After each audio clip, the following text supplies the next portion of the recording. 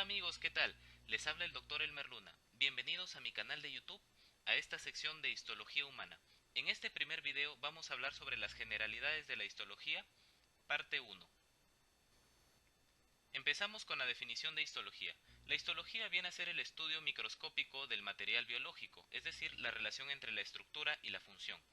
Viene a ser también el estudio de células y tejidos del cuerpo, y también conocida como anatomía microscópica.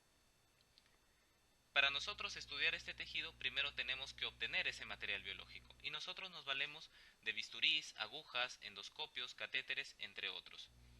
Aquí tenemos en este gráfico el ejemplo de los órganos y también el método por el cual se obtiene, por decir agujas, métodos endoscópicos, así como también otros procedimientos.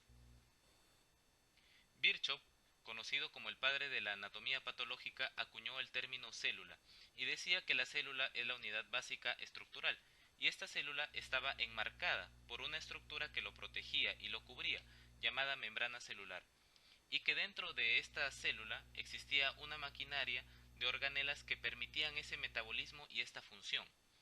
Las células se van a agrupar y van a formar tejidos. Ya en otro video vamos a hablar más ampliamente sobre los tejidos, pero aquí podemos adelantar que en términos generales se agrupan en 4 grupos principales, en tejidos epiteliales, musculares, nervioso y conjuntivo.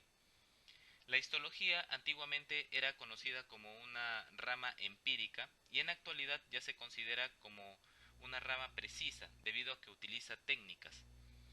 En este gráfico podemos ver cómo se dividían antiguamente, ¿no? O cómo se considera tradicionalmente. Células se agrupan en tejidos simples, estos en tejidos compuestos, estos en órganos y finalmente en sistemas.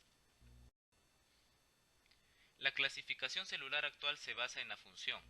Entonces, aquí en este cuadro tenemos los ejemplos.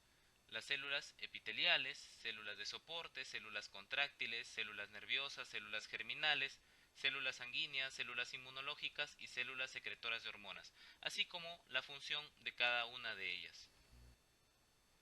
El tejido viene a ser la organización funcional de la célula. Pueden ser tejidos simples o tejidos complejos, como el caso del sistema nervioso central.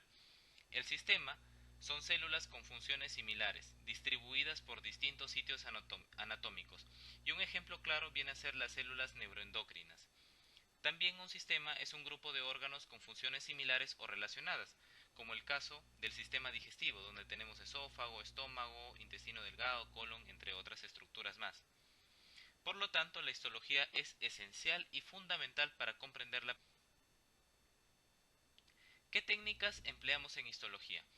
No podemos olvidarnos de nuestro gran amigo que siempre nos acompaña, el microscopio. Por lo tanto, la microscopía óptica o microscopía de luz. Este microscopio tiene dos partes, una parte óptica y una parte mecánica.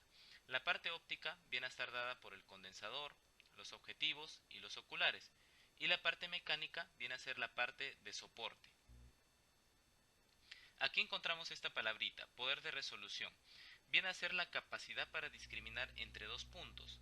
Entonces, el poder de resolución del microscopio óptico es de 0.2 micras y va a depender mucho del objetivo. Por lo tanto, nos va a dar esta riqueza en detalles. Otro término es la dimensionalidad, es decir, que el tejido es tridimensional, pero al realizar los cortes histológicos vamos a obtener una imagen en dos dimensiones. Por lo tanto, si nosotros superponemos todas estas imágenes, vamos a obtener el tejido original tridimensional. Además, existen artefactos en los preparados, es decir, alguna distorsión en el tejido que no permita observarlo adecuadamente, y esto se debe a muchos aspectos. Uno de ellos viene a ser la obtención del material. Por ejemplo, si el cirujano utiliza un electrobisturí, que dicho sea de paso tiene una ventaja porque al cortar va a cauterizar, pero sin embargo también va a quemar el tejido. Por lo tanto, al obtener este material, nosotros vamos a observar un tejido quemado o dañado y no vamos a observar bien. O también puede ser un artefacto en el proceso histotecnológico. Aquí tenemos dos cuadritos para ver las equivalencias en medidas, así como el poder de resolución tanto del ojo humano, que es de 0.2 milímetros, de la microscopía óptica que ya les mencioné y de la microscopía electrónica. El proceso histotecnológico. Este empieza con la fijación y tiene los siguientes objetivos. Primero, evitar la autólisis. Cuando se obtiene este material, biológico, las células inician una serie de mecanismos para destruir las células, para destruirse a sí mismas. Entonces va a frenar estos mecanismos, va a abolir el metabolismo celular de tal forma que se detenga en un punto y se quede ahí la célula. Va a endurecer el tejido, lo cual va a facilitar los cortes. Asimismo va a conservar la estructura y por lo tanto va a evitar también la contaminación, va a destruir patógenos. ¿Qué métodos utilizamos? Métodos químicos y físicos. Dentro de los métodos químicos tenemos a los fijadores y el más común es el formol. Y dentro del método físico está la congelación, que permite realizar cortes relativamente gruesos, entre 5 a 10 micras. ¿En qué momento se usa la congelación? Por ejemplo, se está operando a un paciente determinado, se sospecha de una lesión maligna, se obtiene una muestra de esa tumoración, llega a patología, se congela el tejido y se hacen cortes, se hace la coloración y el patólogo lo observa y puede determinar si es en la mayoría de los casos decir si es maligno o es benigno e informarlo inmediatamente al cirujano para que continúe con la operación. Aquí tenemos un instrumento llamado micrótomo, el cual permite realizar estos cortes una vez que el tejido ya está endurecido y embebido en. Después de la fijación viene la deshidratación y aclaramiento. La deshidratación se da cuando el tejido es expuesto a alcoholes en concentraciones crecientes, y luego el aclaramiento con el silol, que va a permitir la entrada de la parafina.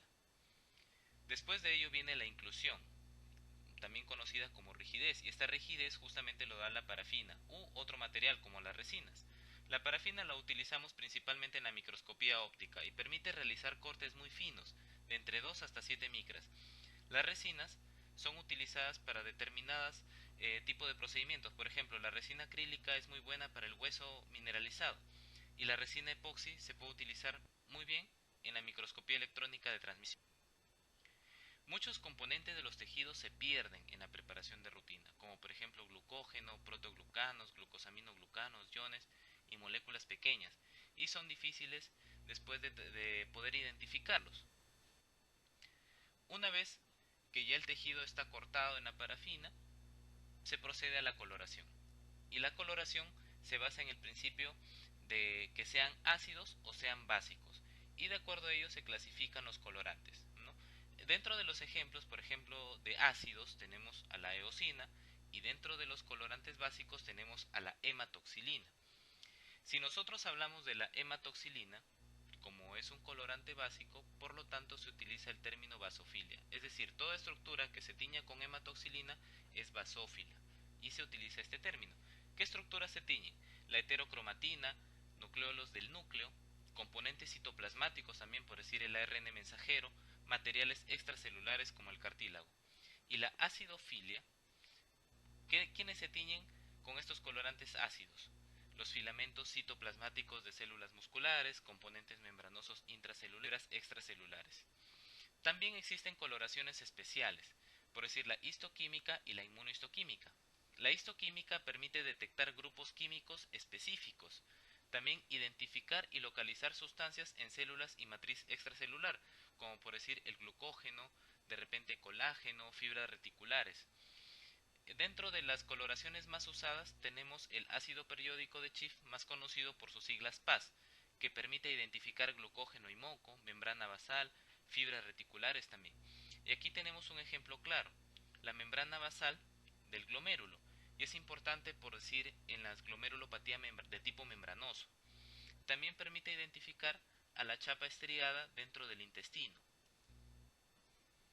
Y la inmunohistoquímica, que permite localizar proteínas y glucoproteínas y se basa en el principio de antígeno-anticuerpo, es decir, un anticuerpo marcado con un colorante especial permite identificar este antígeno y lo va a resaltar de tal forma que al observarlo al microscopio óptico nosotros podamos identificarlo fácilmente.